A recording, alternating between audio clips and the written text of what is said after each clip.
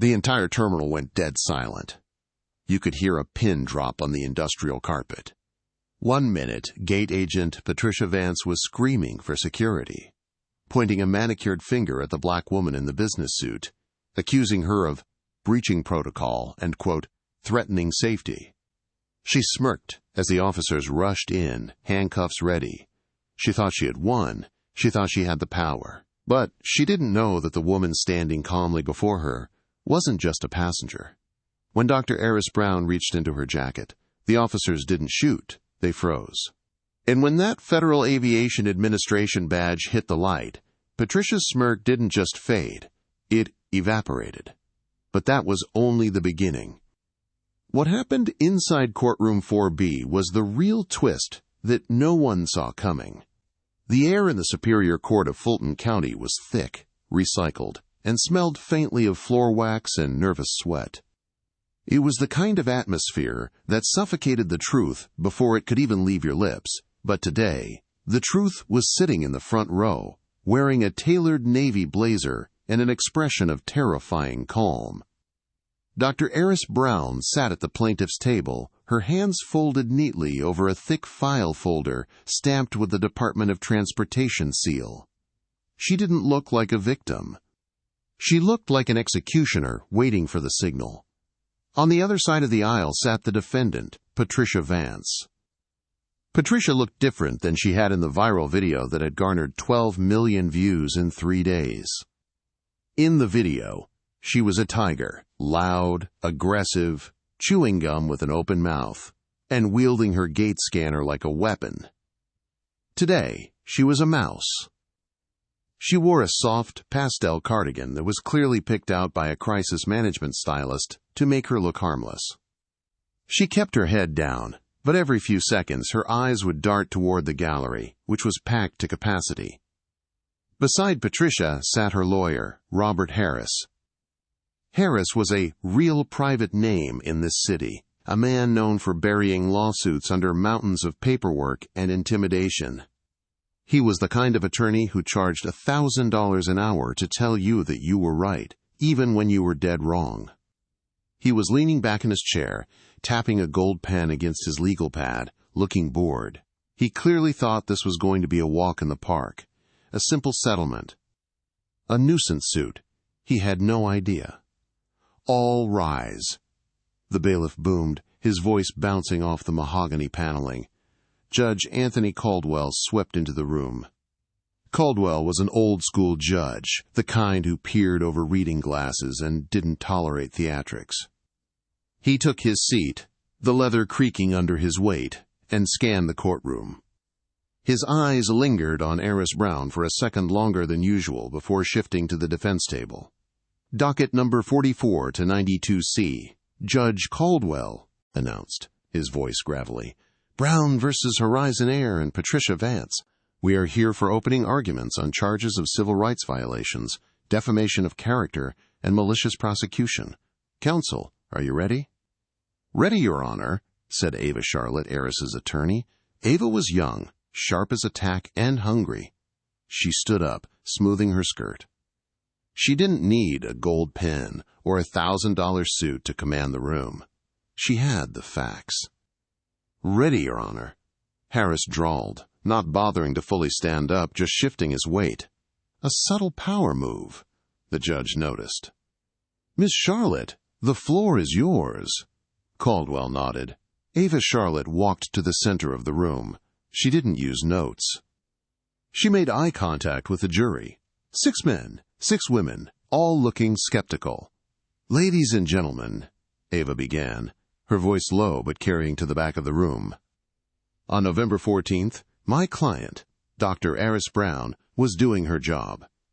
She wasn't just a passenger. She wasn't looking for trouble. She is a senior field inspector for the Federal Aviation Administration. Her job is to ensure that when you get on a plane, you land safely. Her job is to protect you. She paused, walking toward the defense table. She stopped inches from where Patricia Vance was shrinking into her pastel cardigan. But on that day, she wasn't treated like a federal officer. She wasn't even treated like a human being. The defendant, Ms. Vance, decided, within seconds of seeing Dr. Brown, that she didn't belong in the priority lane. She decided that a black woman in a business suit was a threat. She decided to weaponize her authority, call the police, and humiliate a federal agent in front of hundreds of people. Ava turned back to the jury, her eyes blazing. The defense will tell you this was a simple mistake, a misunderstanding. They will tell you Ms. Vance was stressed and following protocol. But we will prove that this was not a mistake. It was a choice, a malicious, calculated choice rooted in bias. And we will prove that when the police arrived and the truth came out, Ms. Vance didn't apologize. She doubled down. Ava returned to her seat. The room was silent. Robert Harris stood up slowly, buttoning his jacket. He smiled at the jury, a practiced, oily smile. "Ladies and gentlemen," Harris said, chuckling softly as if the whole thing were a joke. "We are here because of a bruised ego. That's it. My client, Ms. Vance, is a hard-working gate agent. She deals with thousands of people a day. Rude people. Entitled people. On November 14th, she made a judgment call. Maybe she was abrupt. Maybe she was tired. But is being rude a crime?" He walked over to the jury box, leaning on the railing. Dr. Brown had a badge, sure. But did she show it immediately? Or did she wait? Did she bait my client into a reaction just to file this lawsuit? We contend that Dr. Brown escalated this situation for her own gain. This isn't about civil rights, it's about a lottery ticket payout. A gasp went through the gallery. At the plaintiff's table, Aris Brown didn't flinch. She just stared at Harris, her face unreadable. She knew something he didn't. She knew what was on the security tapes that Harris hadn't watched closely enough. Harris sat down, looking satisfied. Judge Caldwell looked at the clock. "Call your first witness, Miss Charlotte." The plaintiff calls Dr. Aris Brown to the stand. The room shifted as Aris stood up. The sound of her heels clicking on the hardwood floor was a rhythmic, military cadence. Click, click, click. She ascended the stand, swore the oath, and sat down. She looked out at the courtroom, her gaze finally landing on Patricia Vance. For the first time that morning, Patricia looked up. Their eyes locked. And in that moment, Patricia Vance saw the storm coming. "Dr. Brown," Ava Charlotte asked, standing near the jury box, "could you please state your occupation for the court?" "I am a senior safety inspector for the FAA, specializing in commercial airline compliance and hazardous materials transport," Aris said. Her voice was cool, articulate, and commanded authority. It was the voice of a woman who had led briefings at the Pentagon. "And how long have you held this position?" 12 years. "Let's go back to November 14th, Ava said. "Why were you at Hartsfield-Jackson International Airport that day?" Aris adjusted the microphone. "I was on assignment. I was scheduled to perform a spot check audit on a Horizon Air flight bound for D.C. These audits are often unannounced to ensure the flight crews are adhering to safety protocols when they think no one is watching." "So you were working?" "Yes, I was on duty." "Describe the atmosphere when you approached Gate B-12. Aris took a breath, and the courtroom seemed to dissolve, replaced by the memory of the terminal. "It was chaotic," Aris began. "It was the Friday before Thanksgiving week. The terminal was at capacity. People were sleeping on the floor. Children were crying. Gate B-12 was particularly bad because the flight was already delayed by 40 minutes. The tension was high. And when you approached the desk, what happened?" "I approached the priority boarding lane," Aris said. "I had a first-class ticket, paid for by the agency, and I needed to board early to speak with the captain regarding the audit paperwork before the passengers loaded." "Who was manning the desk?" "The defendant, Patricia Vance." "What was she doing when you walked up?" Aris glanced at Patricia. She was on her personal cell phone. "She was laughing. There was a line of about 50 people in the economy lane looking very frustrated, but the priority lane was empty. I walked up to the podium and waited for her to acknowledge me." "Did she?" "Not initially. She looked at me, rolled her eyes, and turned her back to continue her phone conversation. I heard her say, 'Hold on, let me deal with this. What happened next?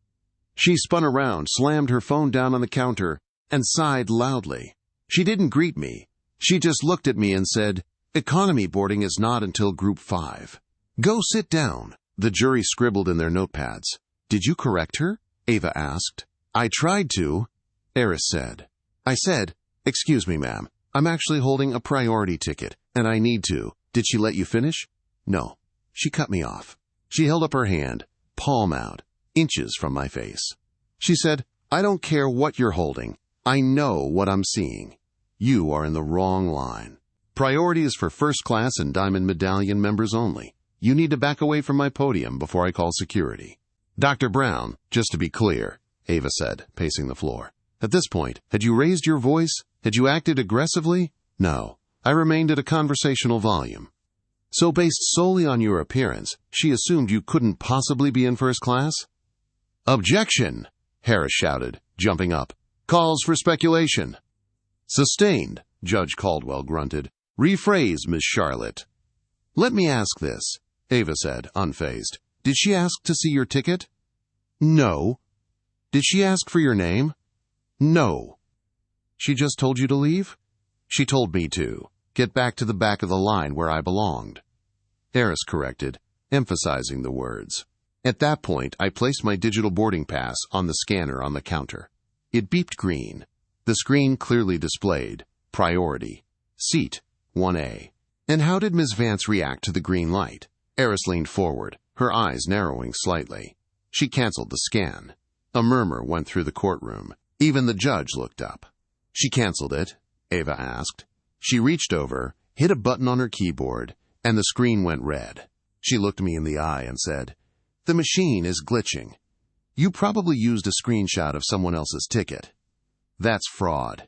Now I'm really calling security." "What was going through your mind at that moment, Dr. Brown?" "I realized this wasn't about a ticket," Aris said softly. "I realized that no matter what proof I provided, she wasn't going to let me on that plane. She was enjoying the power trip. She wanted to humiliate me. People were watching now. They had their phones out." "So what did you do?" "I informed her that I was a federal inspector. I said, 'Ma'am, I am a federal officer on official business. You are interfering with a federal audit. I am asking you to let me board.'" "And her response?" Aris paused, letting the silence hang heavy in the air. She laughed. She actually laughed in my face. She grabbed the microphone for the PA system, the one that broadcasts to the entire terminal, and she announced, "Ladies and gentlemen, we have an unruly passenger at Gate B12 attempting to impersonate an officer. We are pausing boarding until police arrive to remove her." Ava Charlotte stopped pacing. She turned to the jury. "She announced it to the whole terminal?" "Yes." Hundreds of people turned to look at me. I was standing there in my suit, holding my bag, while people jeered. Someone yelled, "Lock her up!" Patricia Vance smirked at me and crossed her arms. She said, "You picked the wrong day to mess with me, honey." "And then?" "And then," Aris said, a small, cold smile touching her lips. 4 airport police officers came running down the concourse with their hands on their holsters. "Did you feel threatened?" "I felt ready," Aris said, "because I knew what was in my inside pocket. And I knew that Patricia Vance had just made a career-ending mistake." The courtroom was electric. You could feel the anticipation. "Ms. Charlotte," the judge interrupted, "we will take a 15-minute recess before cross-examination." Judge Caldwell banged his gavel. As the court rose, Patricia Vance whispered frantically to Robert Harris. Her face was pale. She was shaking her head. Harris looked annoyed. "Relax," he whispered loud enough for Aris to hear. "It's her word against yours. The video doesn't show the screen cancellation. We'll say the machine really did glitch." Aris gathered her files. She looked over at Harris and spoke for the first time outside of testimony. "Mr. Harris," she said smoothly. The lawyer looked up, startled. "You might want to check your discovery files again," Aris said, her voice like velvet over steel. "Exhibit C, the IT logs from the gate terminal. They record every keystroke." Harris froze. She didn't just cancel the scan. Aris whispered, leaning in. "She flagged my name on the no-fly list manually. That's a federal felony." Harris's face went gray. He looked at his client, then back at Aris. The karma was just warming up. The recess ended, but the atmosphere in the courtroom had shifted. It was heavier now. The air conditioning hummed, a low, mechanical drone that seemed to amplify the silence as everyone took their seats. Robert Harris stood up. He didn't button his jacket this time. His movements were stiffer, less fluid than before. The brief exchange with Dr. Brown during the break had rattled him, though he was trying desperately to hide it behind a mask of professional incredulity. He walked toward the witness stand, but he didn't get too close. He stayed in the middle of the room, creating a physical distance between himself and the woman who was systematically dismantling his case. "Dr. Brown," Harris began, his voice dripping with forced politeness. "Let's return to the moment right before the police arrived. You stated that you are a federal agent, a person of authority." "I am a senior inspector," Aris corrected calmly. "Authority is a draft byproduct of the responsibility, not the title." Harris smirked, playing to the jury. "Semantics. The point is, you had a badge. You had credentials. You had the golden ticket to end the confrontation instantly. And yet," he paused for effect, spreading his hands wide, "you didn't lead with that. You waited. You let Ms. Vance get agitated. You let the line back up. You let the situation escalate." He stepped closer, his voice dropping to a conspiratorial whisper. "Tell the court, Dr. Brown. Did you enjoy it? Did you want to see how far you could push her? Isn't it true that you deliberately withheld your identity to set a trap for my client?" It was a classic defense tactic. Blame the victim for the abuser's reaction. Aris didn't blink. She turned her head slowly to address the jury directly, ignoring Harris for a moment. "Mr. Harris," she said, her voice steady and low. "In the FAA, we have a protocol for field audits. It is called the Standard Passenger Experience Baseline. If I walk up to a gate flashing a federal badge, everyone straightens their ties. The fake smiles come out. The protocols are suddenly followed perfectly because they know Big Brother is watching." She turned her gaze back to Harris, her eyes piercing. "To know if an airline is truly safe, to know if a gate agent is truly following discrimination and safety protocols, I have to be a ghost. I have to be a regular passenger. I gave Ms. Vance 3 opportunities to follow standard procedure for a paying customer. She failed all 3. I didn't set a trap, counselor. Your client built the trap herself. I just happened to be the one she tried to catch in it." Harris flushed. "You claim she failed procedure, but you were the one refusing to leave the podium." "I was standing my ground," Aris countered. "There is a difference." "Is there?" Harris snapped, losing his cool slightly. "You say she canceled your ticket. You say she acted with malice. But isn't it possible, just possible, that the machine simply malfunctioned? Technology fails, Dr. Brown. People get stressed. You're asking this jury to ruin a woman's life over a computer glitch and a bad mood." Aris leaned forward. The wood of the witness stand creaked. "A computer glitch implies a random error. A mistake." "Exactly," Harris said, thinking he had an opening. "But computers at secure airport terminals don't just glitch into a specific high-level administrative command," Aris said, her voice dropping an octave, forcing everyone in the room to lean in. "When we examine the logs, Mr. Harris, we won't find a connection error. We will find that at 10:14 a.m., Ms. Vance entered a manual command code." Harris froze. He knew what she was going to say, but he couldn't stop her. "She entered code 99 Delta," Aris said clearly. "Do you know what that code is, Mr. Harris?" Harris remained silent. His mouth opened slightly, but no sound came out. "I'll tell the jury," Aris continued, merciless. "Code 99 Delta is the manual override to designate a passenger as a Level 4 security threat. It freezes the boarding pass. It alerts the local precinct silently. And most importantly, it requires a confirmation keystroke. She didn't just hit a wrong button. She typed in a command, a password, and clicked confirm. That is not a glitch. That is a weapon. The jury box erupted in whispers.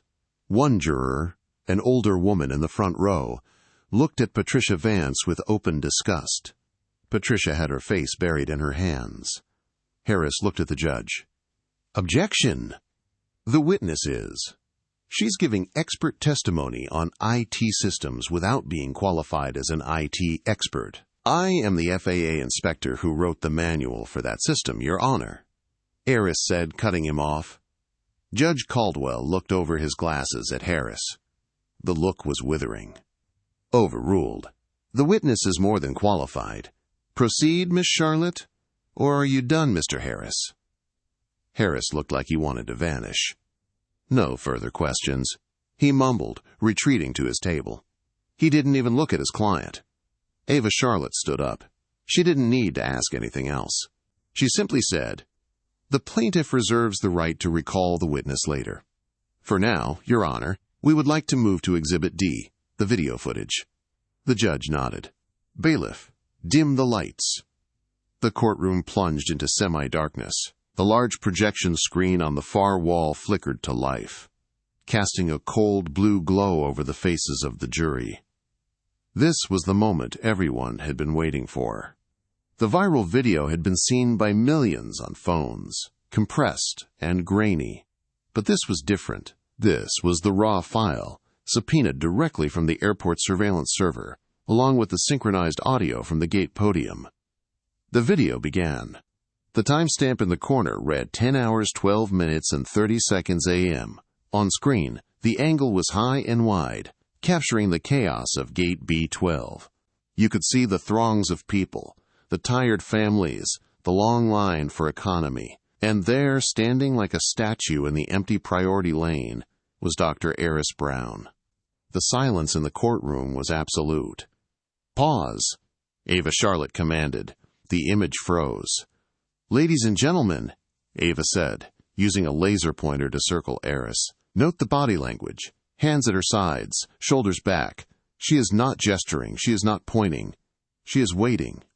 The pointer moved to the desk. "Now look at the defendant." Patricia Vance was leaning over the counter, phone to her ear. Even in the freeze frame, the disdain was palpable. Her mouth was open in mid-sentence. "Play," Ava said. The video resumed. The audio kicked in, crisp, digital sound from the microphone mounted right on Patricia's desk. "Girl, I am telling you, if one more person asks me about a delay, I'm going to scream, 'Patricia's.'" Voice rang out through the courtroom speakers. It was casual, dismissive. "Hold on. Some woman is standing in the wrong line. Let me handle this." The jury watched as Patricia slammed the phone down. They heard the clatter. They heard the sigh. "Economy is Group 5. Go sit down." The rudeness was jarring in the quiet courtroom. It wasn't just professional brusqueness. It was personal. Then came the exchange Aris had testified to. The refusal to look at the ticket. The hand in the face. The audio picked up Aris's voice, calm and measured. "Excuse me, ma'am. I'm actually holding a priority ticket." And then, the moment of the glitch. Ava Charlotte said, "Slow motion, quarter speed." The video slowed to a crawl. The jury watched Patricia's hands on the keyboard. They watched her eyes narrow. It wasn't panic. It wasn't confusion. It was a sneer. Type, type, type, enter. The red light on the scanner flashed. On the screen, Patricia's face transformed. She looked triumphant. She leaned into the microphone. "The machine is glitching. You probably used a screenshot. That's fraud." Ava paused the video again. "She is smiling." Ava noted softly. "She has just accused a passenger of a felony, fraud, and she is smiling." The video continued. The escalation. Aris mentioning she was a federal officer. Patricia grabbing the PA microphone. The sound of the PA announcement filled the courtroom, echoing off the wood paneling just as it had echoed off the terminal walls. Ladies and gentlemen, we have an unruly passenger. In the gallery, people shifted uncomfortably. Hearing the crowd in the video jeer at Aris was painful. It was a mob mentality, incited by one person's lie. Then came the climax. 4 airport police officers sprinted into the frame. They were moving fast, hands hovering near their belts. This was a dangerous moment. In a busy airport with a security threat call, things could go wrong in a split second. On screen, Aris didn't flinch. She didn't raise her hands in surrender, which might have looked like guilt. She didn't reach into her pocket quickly, which might have looked like a threat. She moved with agonizing slowness.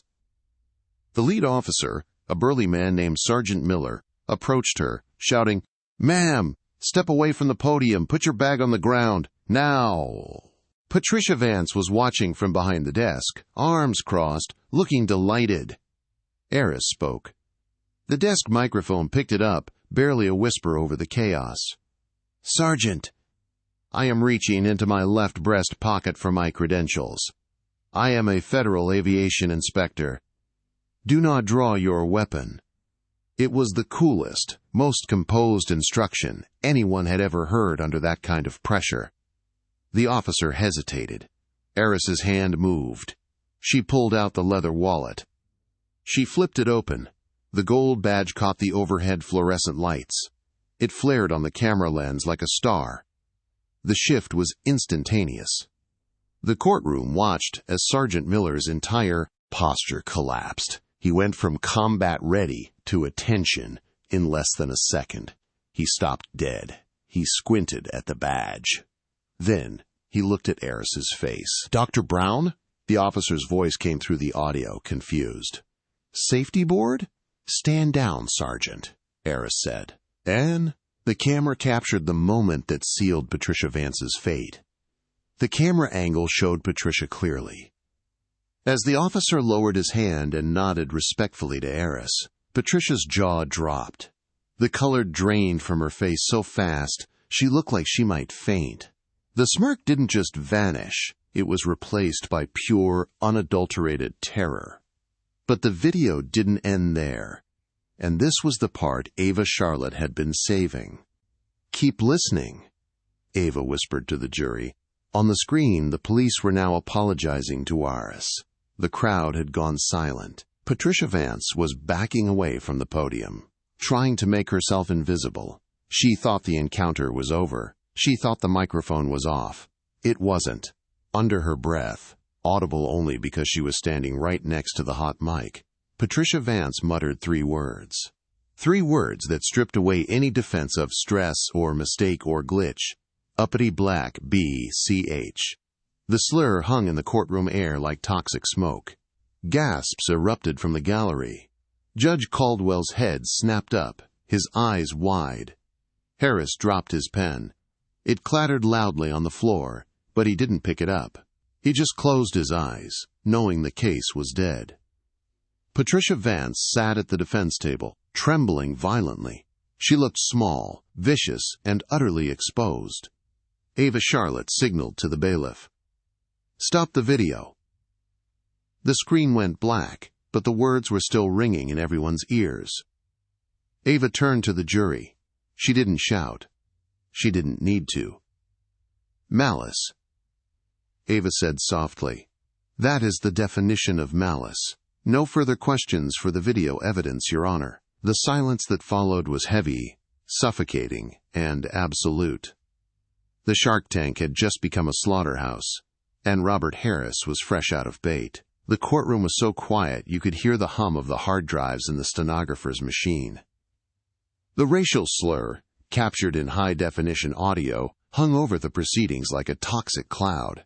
It was no longer just a case about a boarding pass or a glitchy computer. It was an indictment of character. Robert Harris, the high-priced defense attorney, sat motionless for a long moment. He was a man who made his living navigating the gray areas of the law, but there was nothing gray about what had just happened. The video was in Technicolor, and the hatred was undeniable. He looked at his client, Patricia Vance. She wasn't the mouse anymore. She was a liability, but Harris was a fighter. He knew he couldn't argue the facts, so he had to argue the emotion. He had to pivot. "Your Honor," Harris said, his voice raspy. He cleared his throat and stood up. "The defense calls Patricia Vance to the stand." A ripple of shock went through the gallery. Putting a defendant on the stand in a civil rights case was a massive risk, especially after that video. But Harris had no choice. If the jury didn't see Patricia as a human being, flawed, stressed, and broken, they would destroy her. Patricia rose. Her legs were shaking so badly she had to grip the table to stand. She walked to the witness box, her eyes fixed on the floor, avoiding the gaze of Dr. Aris Brown.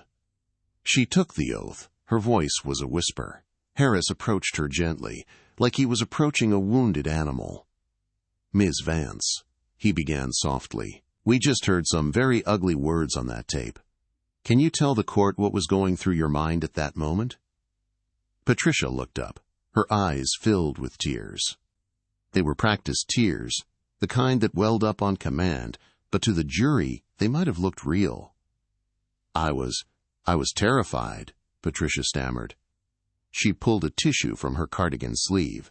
"It was the end of a double shift, my third in a row. My mother is in the hospital, and I hadn't slept in 24 hours. The terminal was overcrowded. I felt like I was drowning." Harris nodded sympathetically. "And Dr. Brown? How did she appear to you?" "She was so cold." Patricia sniffled. "She just stood there, staring at me. I felt like she was judging me, like she was looking down on me. I panicked. I just wanted control of the situation. I didn't mean to hurt anyone." "And the slur, Ms. Vance?" Harris asked, lowering his voice. "Do you hate black women?" "No," Patricia cried out, a little too theatrically. "I am a woman of faith. I was just venting. It was a slip of the tongue in a moment of extreme stress. I was talking to myself. I didn't know the microphone was on. I would never say that to her face. So it was a private moment of frustration? Yes, a private, shameful moment. I am so sorry." She buried her face in her hands, her shoulders heaving. Harris turned to the jury, his face somber. "Stress, ladies and gentlemen. It makes us say things we don't mean. It breaks us. My client isn't a villain. She is an exhausted worker pushed to the brink." He sat down, looking hopeful. He had managed to paint her as a victim of circumstance. Then, Ava Charlotte stood up. She didn't rush. She adjusted her blazer. She picked up a single sheet of paper from her table, a printout of an email.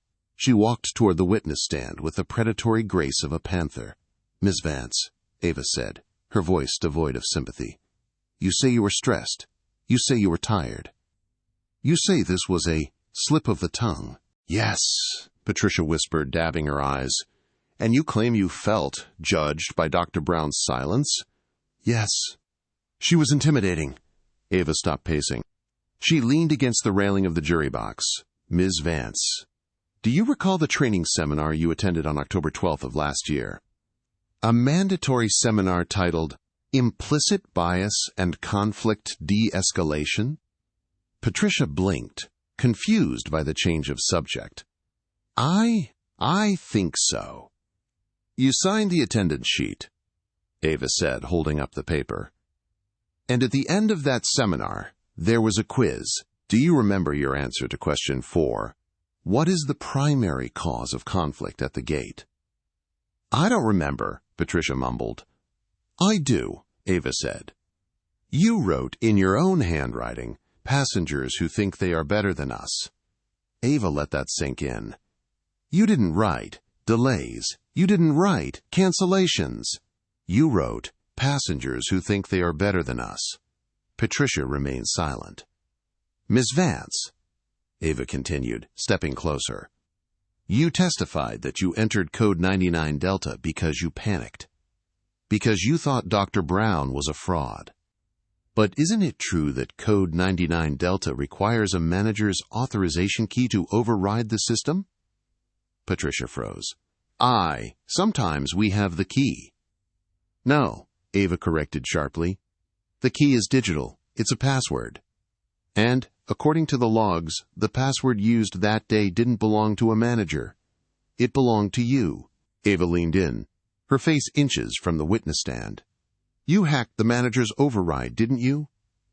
No, I had permission, Patricia yelled, dropping the crying act instantly. From whom?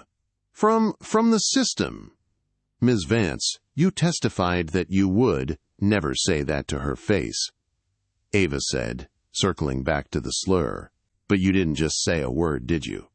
You called the police on a black woman in a business suit who was standing quietly. You weaponized the police. That wasn't a slip of the tongue. That was an assassination attempt on her character. She was arrogant, Patricia snapped, her face twisting into the same sneer from the video. The mask was slipping. She stood there with her designer bag and looked at me like I was the help. She needed to learn her place. The courtroom gasped. Ava Charlotte smiled coldly. She had what she wanted. She needed to learn her place, Ava repeated slowly. Thank you, Miss Vance. No further questions. Patricia realized too late what she had said. She clamped her hand over her mouth, but the jury had heard it. The defense had just evaporated. She wasn't a tired worker. She was a vengeful gatekeeper. Harris refused to make eye contact with Patricia as she returned to her seat. He rubbed his temples. He knew the case was effectively over, but he had to go through the motions. The defense rests, Harris muttered. Judge Caldwell looked at the clock. Miss Charlotte, do you have closing arguments prepared? Ava Charlotte stood up. She looked at Aris, who gave a nearly imperceptible nod. Your Honor, Ava said, her voice ringing clear. The plaintiff has one rebuttal witness. We call Mr. David Ross to the stand. Harris's head snapped up. Objection! This witness was not on the original list. Mr. Ross was added to the discovery list yesterday morning, Counselor. Ava replied calmly. After we received new information regarding Ms. Vance's employment history, Judge Caldwell reviewed his papers. The witness is allowed. Bailiff, call David Ross. The heavy oak doors at the back of the courtroom swung open. A young man, no older than 25, walked in. He was wearing a Horizon Air uniform, but the epaulets had been removed. He looked nervous, clutching his cap in his hands, but his jaw was set with determination. At the defense table, Patricia Vance went pale. She grabbed Harris's arm. You have to stop this, she hissed, loud enough for the front row to hear. Don't let him talk. Harris tried to shake her off. Who is he? He's nobody. He's a traitor, Patricia whispered frantically. David Ross took the stand. He swore the oath and sat down, refusing to look at Patricia, who was now glaring at him with pure venom. Mr. Ross, Ava began gently. Where were you employed until 3 months ago? I worked at Horizon Air, David said, his voice shaky but audible, at Hartsfield-Jackson Airport. And what was your role? I was a gate agent trainee. Who was your training supervisor? David took a deep breath. He pointed a trembling finger across the room. Patricia Vance. Mr. Ross, why did you leave Horizon Air? I didn't leave, David said, his voice gaining strength. I requested a transfer to the ramp crew. I couldn't work at the gate anymore. Not with her. Why not? Ava asked. David looked at the jury. Because of the bingo card. The confusion in the courtroom was palpable. Even the judge leaned forward. The what? The bingo card, David repeated. It was a game. Patricia, Ms. Vance, she invented it. She taught it to all the trainees. Ava walked to the evidence table and picked up a small, crumpled piece of notebook paper sealed in an evidence bag. Your Honor, permission to approach the witness with Plaintiff's Exhibit F? Proceed. Ava handed the bag to David. Do you recognize this? David nodded. Yes. I found it in the trash bin at Gate B12 the day I quit. It's one of her cards. Read the entries to the jury, please. David squinted at the handwriting. It's a grid. The squares say things like crying baby, oversized carry-on, rude businessman. He paused, his throat working. "Go on, Mr. Ross," Ava urged softly. "Uppity suit. David Reed. Foreigner who doesn't speak English. Dreadlocks. And the center square, the free space. Read it," Ava commanded. "The center square says, Loudmouth." David read. But she told us that code meant, well, it meant any minority passenger who asked for a manager. The jury was stunned. This wasn't just bias, it was gamification of discrimination. "And what happened if you got a?" "Bingo, Mr. Ross." "She bought us drinks," David said quietly. "If we could deny boarding to 3 people in a row from the list, she'd take the team out for margaritas." She called it the purge. She said it was the only way to keep the gate orderly. You had to show them who was boss. Patricia slammed her hand on the table. "Liar! He's lying! He was a terrible employee!" "Order!" Judge Caldwell bellowed, banging his gavel so hard it sounded like a gunshot. "Ms. Vance, one more outburst and I will have you removed." Ava Charlotte waited for the echo to die down. She turned back to David. "Mr. Ross, look at Dr. Brown," she said. David looked at Aris. "Does Dr. Brown fit the description of uppity suit on Ms. Vance's bingo card?" "Yes, ma'am," David said shamefully. "She fits it perfectly." "And on the day in question, did Ms. Vance tell you anything about her mood?" "I saw her in the break room before her shift," David said. "She was angry. She told me, 'I'm not taking any crap today. If anyone looks at me sideways, they're walking home.'" Ava nodded slowly. She walked back to her table and placed the evidence bag down. It looked like a piece of trash, but it was the smoking gun that proved premeditation. "So, Mr. Ross," Ava said, delivering the final blow, "this wasn't about safety. This wasn't about a glitch. This was a game." "Yes," David whispered. "It was a game. Thank you. Your witness." Ava sat down. Harris stared at the witness stand. He had nothing. He couldn't cross-examine this. If he attacked David Ross, he'd look like he was bullying a whistleblower. If he ignored him, the testimony stood. He looked at the crumpled paper in the evidence bag, the bingo card. It was so petty, so childish, and yet it had destroyed a woman's career and humiliated a federal agent. Harris stood up slowly. "No questions, Your Honor." The air went out of the room. It was over. The only thing left was the verdict. But everyone in that room, from the bailiff to the back row of the gallery, knew exactly how this was going to end. But Aris Brown didn't look triumphant. She looked at Patricia Vance, who was staring blankly at the wall, her life dismantling around her. Aris felt the weight of the moment. This wasn't just a win for her. It was a message. Judge Caldwell looked at the jury. "We will break for closing arguments." As the room began to shuffle, Aris leaned over to Ava. "Make sure the closing argument hurts," Aris whispered. "Not for me. For the people on that list who didn't have a badge." The recess for closing arguments felt less like a break and more like a vigil. The energy in the courtroom had curdled. What had started as a battle of wits was now a forensic examination of a woman's soul. Patricia Vance sat alone at the defense table. Her lawyer, Robert Harris, was reviewing his notes, but his posture was that of a man composing a concession speech. He knew the bingo card had been the fatal blow. When Judge Caldwell returned, he didn't bang the gavel. He simply nodded to Ava Charlotte. Ava stood. She walked to the jury box, leaving her notes behind. She didn't need them. She looked into the eyes of the jurors. The mother in the front row, the construction worker in the back, the teacher on the end. "Ladies and gentlemen," Ava began, her voice barely above a whisper, drawing them in. "We often talk about the price of dignity. Today, we are here to set that price." She paced slowly in front of them. Patricia Vance didn't just deny Dr. Brown a seat on a plane. If that were all this was, we wouldn't be here. No. Patricia Vance looked at a woman, an accomplished, high-ranking federal officer, and decided that she didn't look like she belonged. She decided that Dr. Brown's success was an affront to her own authority.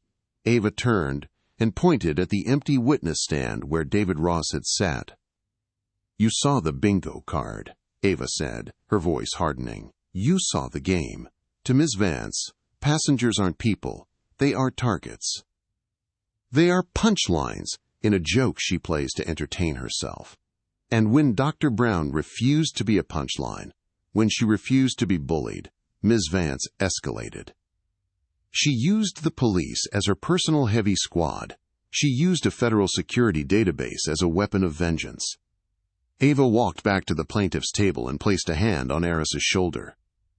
Dr. Brown stood there for 20 minutes, humiliated, jeered at, and threatened with arrest, all because Ms. Vance wanted to win a margarita, because she wanted to put an uppity woman in her place. Ava turned back to the jury, her eyes blazing.